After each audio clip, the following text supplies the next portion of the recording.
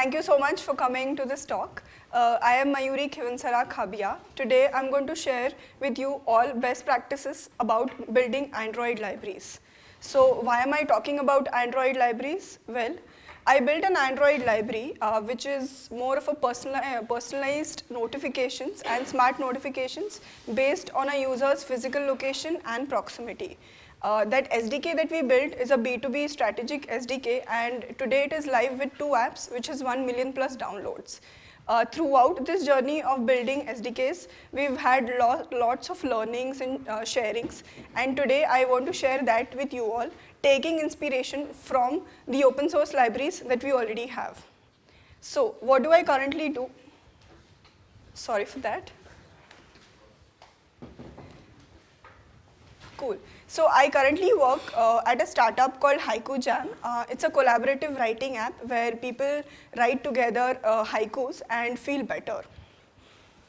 So what's the first thing that comes to your mind when you say libraries? Book libraries? Is that what we've always listened from childhood? So just imagine thousands of years ago, how did people actually share information? Earlier, it was maybe inside closed rooms. Then they started speaking out in groups, then trying to collect information and sharing it with a wider group, maybe trying to document that information, then publishing in a book. The evolution has been like that, and after you publish a book, you want people to find it out, you want to share it across multiple geographies, multiple zones, everything, and you started giving your book in libraries. And people can come to libraries, easily find information about what they want to, read about it, and use that information to create more things. So that's like an evolution of a book library. And why are we talking about libraries? Because we want to know about Android libraries. And the evolution and the growth of libraries can be compared similar to a book library. So what is generally your mobile app? It has a lot of components. Your main app does all your business logic. You use a network layer, an image loading layer, you use analytics, you use Crashlytics, lot of other components. Now, if you as an app developer try to build everything around your app, when will you actually focus on building your business logic? So what we do is we have these awesome libraries developed by amazing developers all around the world, and we just try to reuse those components in our libraries. And these libraries are developed such that they are generic. Anybody with a similar feature request can reuse them.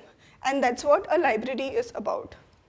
So what is an Android library? It's just a reusable component of code that you can just plug and play in your Android app. So now, why do you even want to build a library? Sometimes your features are generic, like network layer, like image loading, like analytics. A lot of app developers around the world can reuse your functionality, and that is why you might want to publish an Android library. If something like that some other developer has already coded and written and it's stable out there, you can reuse the same one. Why go on writing something from scratch when things are already available?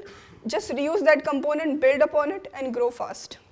Or maybe you want people around the world to help you write that component, you open source it, you want help from developers around the world to grow the project. Now, where do we take inspiration from? There are thousands of libraries around the world. Today we'll talk about some specific open source libraries that we can take inspiration from. And what are we taking inspiration in terms of best practices? We all sometimes find the same problems in our code in building our libraries, and where do we reach out to solution? Either you keep trying, find some solution, iterate over it, find something, or you can also take inspiration from these open source libraries and see what other developers have already done to solve that problem. Now, how many libraries in the Android world are actually existing? So Maven is like a very popular source where you can just go and find a library. It's like a book library, you can imagine, just go search what you want and you can get something. So in 10 years of Android world, we have around 7600 plus libraries already existing, and there are so many developers around the world who are already doing it, and we can always take inspiration from them, reuse their components, and actually build further. So just comparing to a real world book library and an Android library, the phases can be somewhat similar, and kind of connecting them together helps us understand as a human being how the process evolves. Now let's start about, we know what a library is, why should we use it, what are the available resources. Let's start about actually best practices of developing a library. Now, as an app developer, you just develop your app and you publish it and you're done. But as a library, you have an additional advantage of just building your library, as in the development phase, actually distributing it in terms of AAR that people can reuse, writing the right documentation for it because your audience is going to be app developers and they want to actually use your library, and in the end support those developers as well. So it's going to be a continuous journey of all these phases. Constantly you do all these phases, you learn, you take feedback, you evolve, you release newer versions, and you constantly keep iterating over this developer journey.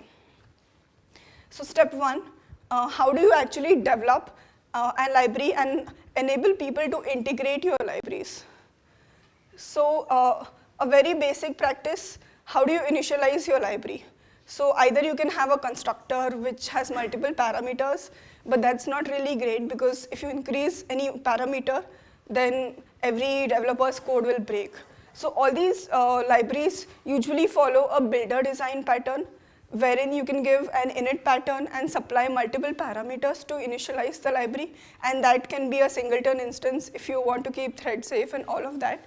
So whenever you add multiple parameters, they are all optional. So builder design pattern will support that. So you can anytime grow and grow your constructor or your initializing parameters, and it won't break any code.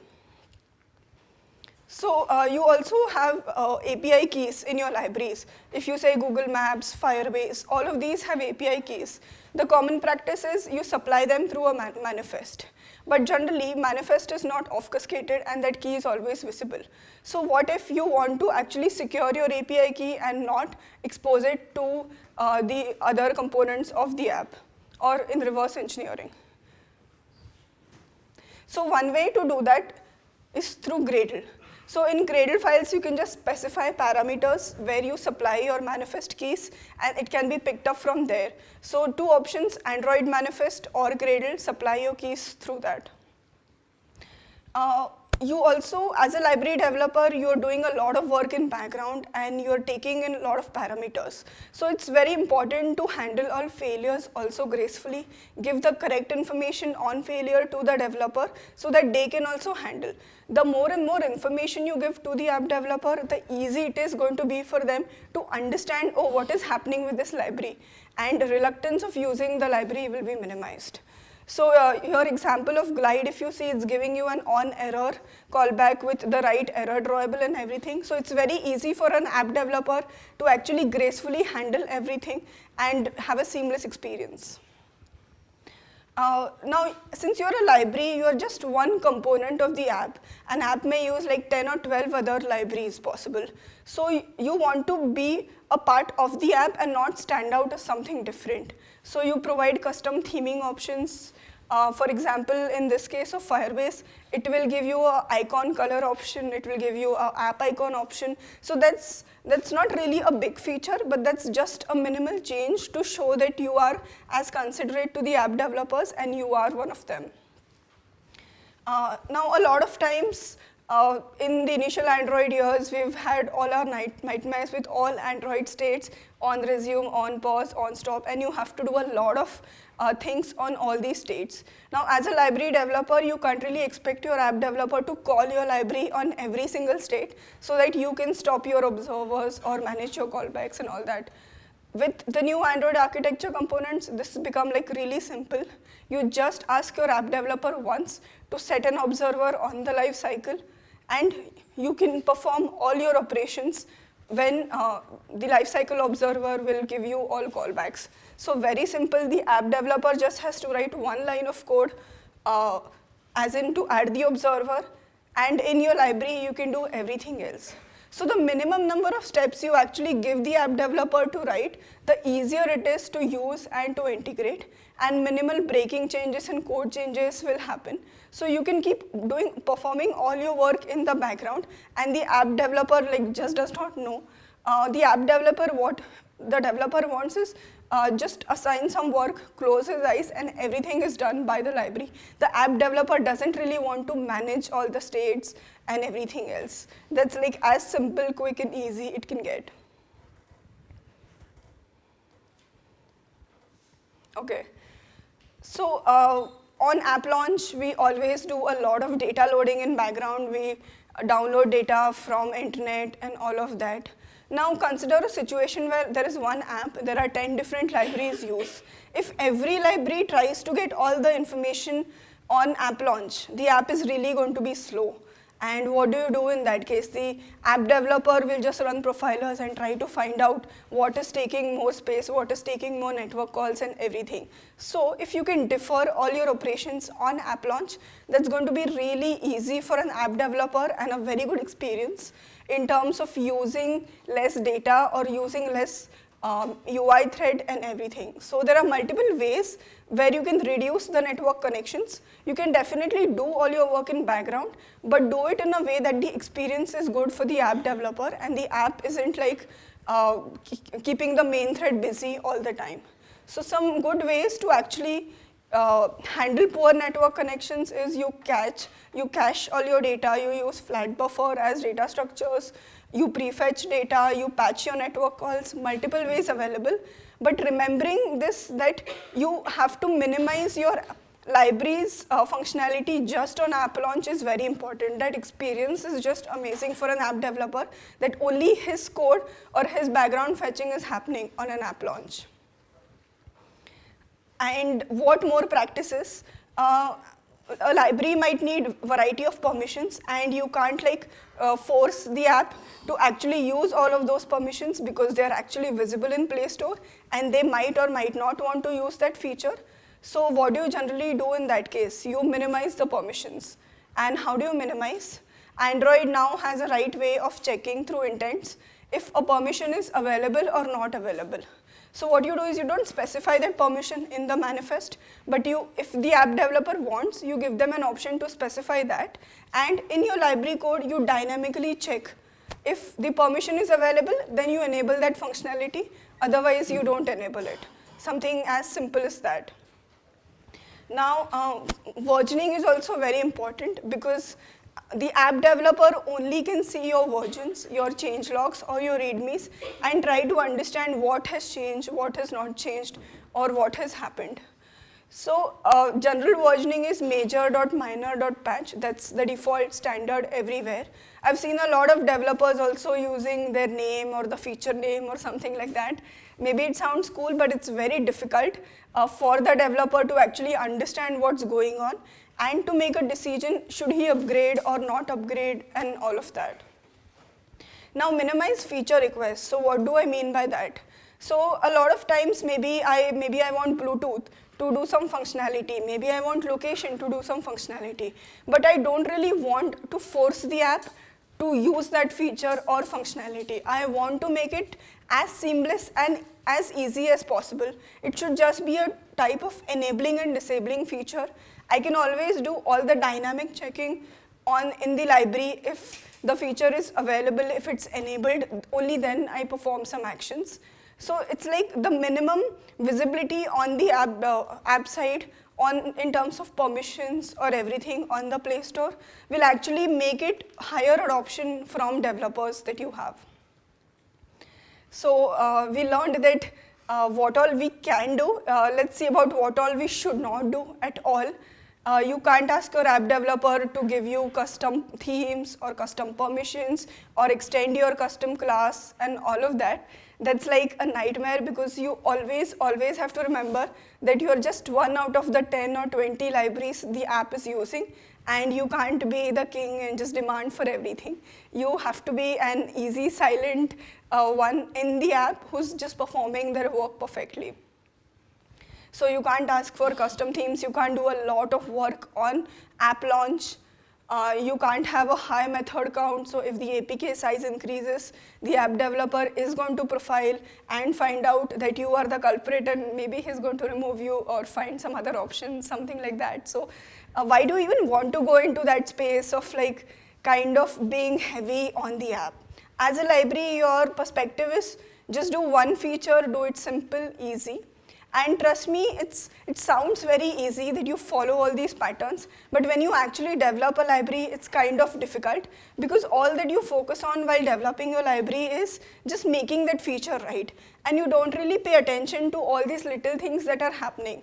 But when the library actually goes out to the developer, you see some other problems coming in and you are like, oh, I didn't even think about it. It was like so simple. For example, custom theming or giving the app developer a custom color of using the app icon is like so simple. It's like just 10 lines of code maybe, but we don't think about it, and that kind of will reduce your adoption. So these are very simple things, but we do need to pay attention to it apart from the core functionality that the library offers. So we saw some best practices about development of the library apart from your business logic and what best practices and architecture and everything. One more thing for architecture, as a library, you generally mostly don't have views. So you don't really need to go with MVVM, MVVI and all of that. Even MVP architecture is fine with a library as long as you use solid principles and you have the right architecture. So now once your library is developed, now what do? You go ahead and distribute it. Android libraries are distributed in the form of an Android archive, that's Java plus Android, which is AAR. So how do you distribute it? The reason this is important is where will developers actually find you? They know that, okay, this functionality is there, but how do they actually include it in their app? And can you make it easy for them to include? Okay, so let's talk about distribution. In terms of distribution, if you've used RxJava, you see that there are two versions that coexist all the time in RxJava. In some time, they would deprecate version 1 and move everybody to version 2, but it's not going to be like immediate. So you want multiple versions of your library to be live or in production at the same time. So you use different group IDs. So people can still stay where they are, and you give them some time to actually migrate to a newer version if there are breaking changes or something like that. So just using different group IDs can solve your problem. Now as a library, you have a lot of code, and by default you can just specify minify enabled, which will like obfuscate all your code. But if you have some module classes or something that you do not want to obfuscate, you should always specify your own rules. And bear in mind, if you use third-party libraries, don't specify rules even for them, because the app developer would have a lot of ProGuard rules and all to include in their file, and you should be as minimum as possible. So specify rules mostly related to your classes so that it's easier. Now, a lot of apps use similar components. As a library also, you use similar components. Suppose say retrofit or networking, everybody would almost use it. So what you do is when you package your library, you have options of implementation, API, compile only. Use all those graded options to actually understand, is it necessary for the app developer, is it mandatory, is it optional, and all of those. Believe me, the lesser the APK size, the app developer is like really happy. Size really matters when the final bundle goes on Play Store, and as a library owner, if you are high on size, you are likely to be replaced with somebody else. So when you actually package your graded files, you can see if you run these command app dependencies, it will actually give you a lot of options where these libraries are getting duplicated. And if you see, it also gives you a star mark saying that it is duplicated. So Gradle is making easy for you to know that it is duplicated. Just reduce it, just remove it from the final packaging. And how do you do that? Is you use these properties, you just exclude the group which is being replicated. So you can give similar options for your own library also, so that the app developer can include your library but exclude all the groups which are common between your app and the library. Some examples are like one library can do like 10 functionalities at a time, and you don't want to bombard the developer with all the options available, so you can give submodules. Exoplayer is the best example for this. It can give you different submodules, so the app developer can just only include that module and not everything. Now there are some libraries which you need only compile time, and you don't really want to package them within your AAR and give it to the app developer. That would eventually increase the size. So you can always use a compile only option. So those libraries will just be used for compile time for building your AAR, but it will not be packaged inside your AAR, so that it again adds to the app size. Now we've seen how do we actually package our Android library, how do we go ahead and ship it. So there are multiple sources. Either you can give it as an external source if you're in beta or something. Either you can publish it on Maven, you can publish it on Jetpack. Variety of sources. The most common is Maven. And in case you are a paid library and you want it to be only privately distributed, you can always upload it on a JFrog Artifactory or something and give a username password. The app developer can specify that username password in their creator.properties file, and it will be directly downloaded from there. So that is a way you privately distribute a library. If not, Maven, Jetpack, all are like basic resources. Now what we have done is, we have collected our information in the form of a book library. We have kind of published our book. Now we actually want to go to libraries and tell them that, oh, this is my book, take it, use it in your library, make it available to a wider audience. Now how do you do that? How do you actually make people use your library? You've told people that, okay, this is available at this place, but you have to give them the right documentation, the right code snippets, which would be just like copy paste and start using my library. The first thing a developer would want to do is just run the sample app, see how it works. If it works for his use case best, then maybe he'll try to integrate your library. He should have available code snippets that he can just copy paste, and you will just start using the library. So documentation is a key for even everything that we use. We always refer back to the documentation, and if the documentation is like not proper, not concise, or it's kind of vague, we go and post questions on Stack Overflow or blogs and all that. So you want to actually minimize all these efforts of a developer and give everything in place in the documentation itself, so that the adoption is faster and higher. So you write example reference apps. Almost all popular open source libraries will have their example apps, code snippets. And bear in mind, when you give example apps, it should not be like fancy looking UI and all of that. Like, developers are not here to judge your app and how it is. They're only here to judge, does it work functionally well as to how he requires it. So the minimum the example app is, the easier it is for the developer to understand how is it used, and easier it is for him to include it in their app. So you can write blogs about it, you can write tutorials and all of that. So all this is also important because ultimately you are catering to an audience of developers and you want them to try and use it, give you feedback and get newer versions out. Now once you've distributed and started documenting your library and people have started using it, you release newer versions. And if you're changing any APIs on anything, you should always document it, and it's the easiest to highlight breaking changes. And we're seeing all code snippets of maybe Android or other open source libraries so that it's easier to take inspiration from. So always mentioning or mentioning highlighted changes or breaking changes is always a good idea. It's the best for a developer to just go and refer to. Now as a library, you also use a lot of third-party libraries, and you also want to kind of keep updating to the latest versions. Otherwise, there's going to be a lot of Gradle conflicts, which is like a nightmare for a developer to just solve all those dependency errors. So it's always a best practice to kind of being updated with the third-party libraries as well, and also kind of mentioning those changes in terms of change logs and highlighting any breaking changes if available on your website. This is also an important point. If you migrate your database between different versions, you also document that and kind of help the developer actually use it and publish it.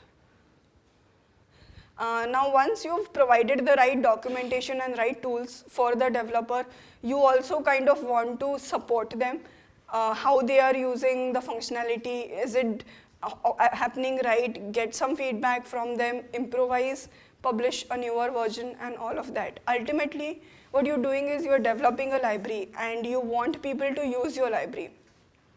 And that is why you follow all these steps. The first thing is, now you've developed some awesome library, it works awesome, you've written good documentation, nice video snippets, images, GIFs, but how do people know that you even exist? Where will people come and look up, right? So a lot of times when you have problems or you're searching for a feature or functionality, you go to these community forums and you post there, or you just Google and you find blogs and everything. So reaching out to your developer audience on the platforms that they use is a good idea to tell them that you exist. If you are a popular company, people just know by your name. But if you're not, and if you're just starting out, and if you're making it open source and you want other developers to loop in, you have to go out and like kind of be on the platforms to kind of support and let people know and everything. And I think Stack Overflow is the best forum for people who face similar problems. If you just go and post your solution there, it will have like an awesome adoption of people actually coming to know that, okay, something like this exists and I can try it out. Now all this happened for open source, but what if you're in paid SDK, you need to have like a dedicated support and email support. You need to have an environment wherein you can replicate the client's errors or bugs or anything. So you have like all these options to kind of support your developers as well.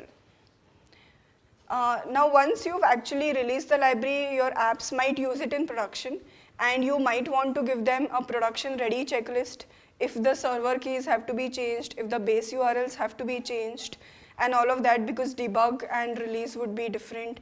Your logs in productions have to go away and all of that. So giving a production ready checklist is the best way to avoid crashes or any server latencies that you might have. Now most of the times the developer might face error while actually integrating your library and actually listing out very simple basic problems like Gradle conflicts, dependency resolutions, some common errors, some custom exceptions. Listing out all of those on your pages will really help the developer to like move on faster with your library. And if you really want people to adopt, you do have to specify licenses, otherwise how would people know that they can use it or not? So simple things, but data privacy and licensing, just mentioning them on the website like kind of helps people make aware and okay, come and start using it. So what are the key takeaways from this? When you are trying to build an Android library, what you do is you kind of make it very simple, make it very easy to use. You do one functionality, but you do it right. You make your developer's life extremely easy in terms of integrating the library, adopting it, adopting to newer versions, suggesting feature requests and all of that. So you kind of wear your developer's shoes, and if you as a app developer would want to include this library, would you do it or not do it? And if you would not do it, what were the reasons? So you have to kind of understand those reasons and make it very simple for your app developer to actually understand how it goes and kind of evolve. So this process is kind of a continuous process, and you always take feedback from your developer. You change something, you release a new version, you take feedback, and it's kind of evolves. So that's how the library and you as a developer both evolve. So thank you so much. Thank you for being a nice audience, and I'm open to questions.